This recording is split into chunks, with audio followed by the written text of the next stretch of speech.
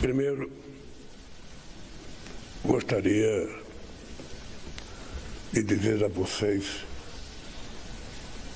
que eu já participei na minha vida política de muitas conferências, de muitos atos, mas quero confessar a vocês que eu estou devidamente emocionado de estar participando da 37ª Cúpula da União Africana.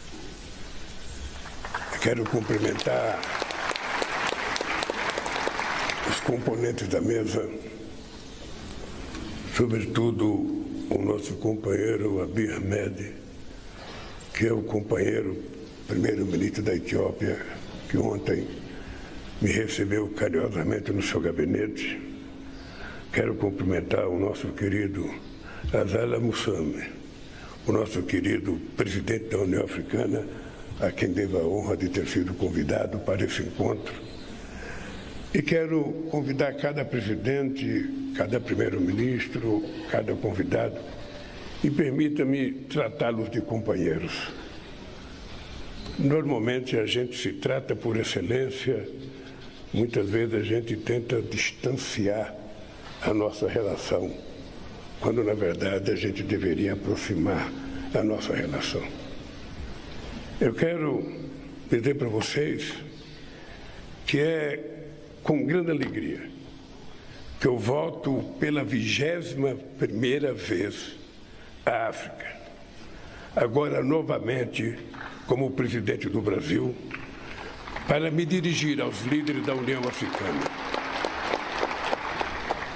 Venho para reafirmar a parceria e o vínculo em nosso país e do nosso povo com esse continente irmão. A luta africana tem muito em comum com os desafios e a luta do povo brasileiro. Mais da metade dos 200 milhões de brasileiros se reconhecem como afrodescendentes. Nós, africanos e brasileiros, precisamos traçar nossos próprios caminhos na ordem internacional que surge.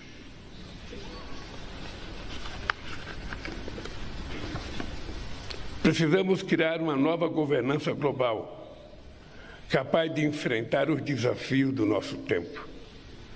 Já não vigoram as teses do Estado mínimo. Planejar o desenvolvimento agrícola e industrial voltou a ser parte das políticas públicas em todos os quadrantes. As transições energética e digital demandam incentivo e orientação dos governos. Tentativa de restituir sistema internacional baseado em blocos ideológicos não possui lastro na realidade. A multipolaridade é um componente inexorável e bem-vindo ao século XXI. A consolidação dos BRICS como principal espaço de articulação dos países emergentes é um avanço inegável. Sem os países em desenvolvimento, não será possível a abertura de novo ciclo de expansão mundial, que combine crescimento, redução das desigualdades e preservação ambiental com ampliação das liberdades. O Sul global está se constituindo em parte incontornável da solução para as principais crises que afligem o planeta.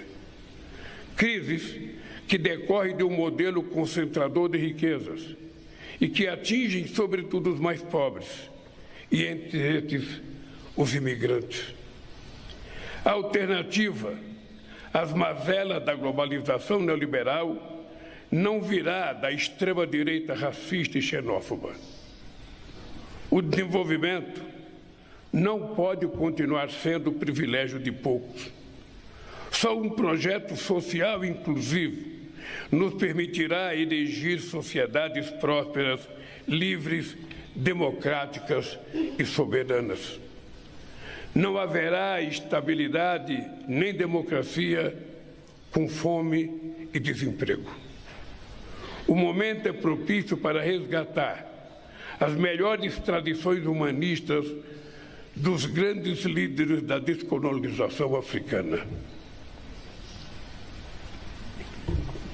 Ser humanista hoje implica condenar os ataques perpetrados pelo Hamas contra os civis israelenses e demandar a libertação imediata de todos os reféns.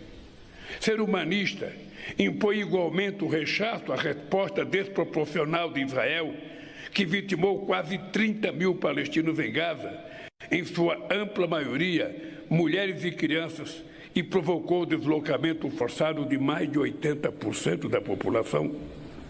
A solução para essa crise só será duradoura se avançarmos rapidamente na criação de um Estado palestino livre e soberano. Um Estado palestino que seja reconhecido como membro pleno das Nações Unidas, de uma ONU fortalecida e que tenha um Conselho de Segurança mais representativo, sem países com poder de veto e com membros permanentes da África e da América Latina. Há 2 anos,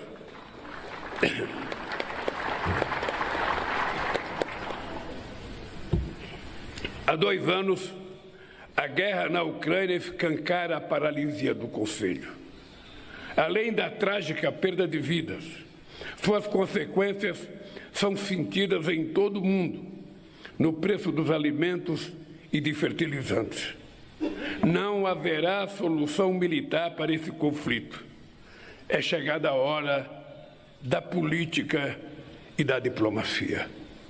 Senhoras e senhores, com seus 1,5 bilhão de habitantes e seu imenso e rico território, a África tem enormes possibilidades para o futuro. O Brasil quer e precisa crescer junto com a África. O povo brasileiro está recuperando sua soberania política e econômica. Estamos adotando um projeto de transformação ecológica que nos permitirá dar um salto histórico. Estamos resgatando nossa democracia, tornando-a cada vez mais participativa. Com o Bolsa Família e outras políticas públicas bem-sucedidas, voltaremos a sair do mapa da fome, retirando milhões de brasileiros da pobreza. Falar de educação inclusiva, tema desta cúpula, é simplesmente falar do futuro. No mundo, quase 250 milhões de crianças estão fora da escola. No Brasil, estamos implantando escolas em tempo integral, além do pagamento de uma poupança para os alunos mais pobres do ensino médio, como forma de reduzir a evasão escolar. Vamos ampliar o número de bolsas ofertadas para receber estudantes africanos em nossas instituições públicas e de ensino superior. Estamos dispostos a desenvolver programas educacionais na África e a promover intenso intercâmbio de professores e pesquisadores. Vamos colaborar para que a África possa se tornar independente na produção de alimentos e energia limpa e renovável.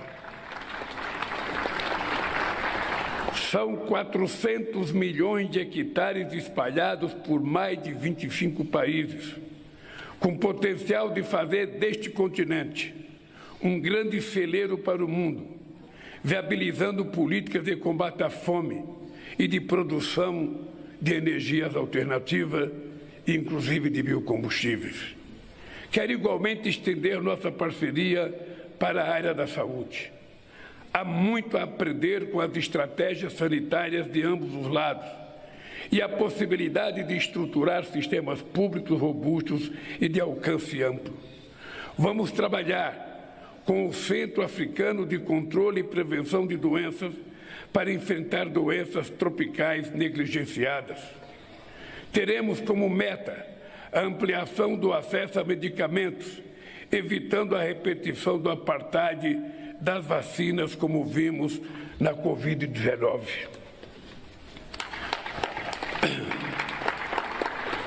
Cuidar também da saúde do planeta é também nossa prioridade. O imperativo de proteger as duas maiores florestas tropicais do mundo, a Amazônia e a do Congo, nos torna protagonistas na agenda climática. Os instrumentos internacionais hoje existentes são insuficientes para recompensar de forma eficaz a proteção das florestas, sua biodiversidade e os povos que vivem, cuidam e dependem desses biomas. Com a recuperação de áreas degradadas, podemos criar um verdadeiro cinturão verde de proteção das florestas do sul global. Em conjunto, com parceiros africanos, o Brasil quer desenvolver e construir uma família de satélites para monitorar o desmatamento e a agricultura. Para levar adiante todas essas iniciativas, vamos criar um posto avançado de cooperação junto à União Africana em setores como pesquisa agrícola, saúde, educação, meio ambiente e ciência e tecnologia. Nossa representação diplomática em Addis Abeba contará em breve com funcionários de órgãos governamentais, como a Agência Brasileira de Cooperação, a nossa empresa brasileira de pesquisa na agricultura e o nosso grande instituto Fiocruz, nossos órgãos de pesquisa e desenvolvimento em agropecuária. Tudo isso para ver se a gente recupera a nossa possibilidade de cooperar com os países africanos. A presença da União Africana como membro pleno do G20 será de grande valia, mas ainda é necessário a inclusão de mais países do continente como membros plenos. Eu descobri uma coisa indescritível. Quando eu fiz uma visita a vários países africanos para tentar conseguir apoio para que o Brasil sediasse as Olimpíadas de 2016, eu descobri uma coisa extraordinária. O que é o poder dos ricos diante dos pobres? Eu descobri que o continente africano, com 54 países, tinha menos delegado no Comitê Internacional das Olimpíadas do que países com 6 milhões de habitantes na Europa. Então é preciso ter em conta que nós precisamos mudar urgentemente a representação dos países em desenvolvimento nos fóruns multilaterais, nas instituições que foram criadas no tempo de Bretton Woods para que a gente pudesse tentar consertar o mundo depois do pós-guerra. Hoje, essas instituições não ajudam mais, pelo contrário, sufocam os países. Por isso, nós temos agendas comuns a defender. É inadmissível que um mundo capaz de gerar riquezas da ordem de 100 trilhões de dólares por ano conviva com fome em mais de 735 milhões de pessoas. Estamos criando no G20 a Aliança Global contra a Fome para impulsionar um conjunto de políticas públicas e mobilizar recursos para o financiamento dessas políticas. Cerca de 60 países, muitos deles na África, estão próximos da insolvência e destinam mais recursos para o pagamento da dívida externa do que para a educação ou para a saúde. Isso reflete o caráter obsoleto das instituições financeiras como o FMI e o Banco Mundial, que muitas vezes agravam crises que deveriam resolver. É preciso buscar soluções para transformar dívidas injustas e impagáveis em ativos concretos, como rodovias, ferrovias, hidrelétricas, parques de energia eólica e solar, produção de hidrogênio verde e rede de transmissão de energia. Precisamos acompanhar passo a passo a evolução dessas novas tecnologias. A inteligência artificial não pode tornar-se monopólio de poucos países e poucas empresas. Não pode também constituir-se em terreno fértil para discursos de ódio e desinformação, além de causar desemprego e reforçar vieses de raça e gênero que atenuam as injustiças e discriminações. O Brasil vai promover a interação do G20 com o painel de alto nível criado pelo secretário-geral da ONU para apoiar a discussão sobre o Pacto Digital Global. Esperamos, com isso, contribuir para uma governança efetiva e multilateral em inteligência artificial e que incorpore planejamento de interesse do Sul Global. Minhas amigas e minhas amigas, quero terminar dizendo que não há Sul Global sem o continente africano. Retomar a aproximação do Brasil com a África é recuperar laços históricos e contribuir para a construção de uma nova ordem mundial mais justa. Permite-nos, sobretudo, somar esforço na superação dos desafios que temos pela frente. Eu queria dizer aos nossos amigos e amigos do continente africano, o Brasil sempre olhou o mundo sem enxergar o continente africano.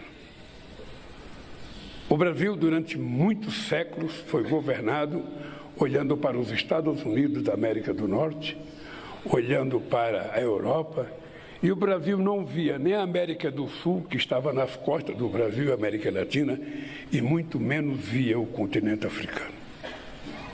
Quando eu assumi a presidência em 2003, eu resolvi fazer com que o Brasil se aproximasse do continente africano, entendendo o que dizia o embaixador brasileiro, o poeta, que dizia que a África e o Brasil faziam fronteiras entre si apenas dividida por um rio chamado Oceano Atlântico. O oceano não é um obstáculo para a nossa aproximação, ele é uma dádiva de Deus para a nossa aproximação. E por isso, não só visitei 20 vezes o continente africano, como abri 19 embaixadas no continente africano, como abrimos fábricas de remédios em Moçambique, como trouxemos a indústria de tecnologia agrícola pagana, e tudo isso acabou. E eu voltei a presidir o país. E quero dizer para vocês, eu voltei e quero contribuir com o continente africano. O Brasil não tem tudo que a gente pensa que tem. O Brasil não tem todo o dinheiro que eu gostaria que tivesse. O Brasil não tem todo o conhecimento científico e tecnológico que eu gostaria que tivesse. O Brasil não tem no mundo a força que eu gostaria que tivesse. Mas o que eu gostaria de terminar minhas palavras é dizendo para vocês, tudo, muito ou pouco, que o Brasil tem, eu quero compartilhar com os países africanos, porque nós temos uma dívida histórica de 300 anos de escravidão e a única forma de pagar é com solidariedade e com muito amor. Um abraço e muito obrigado.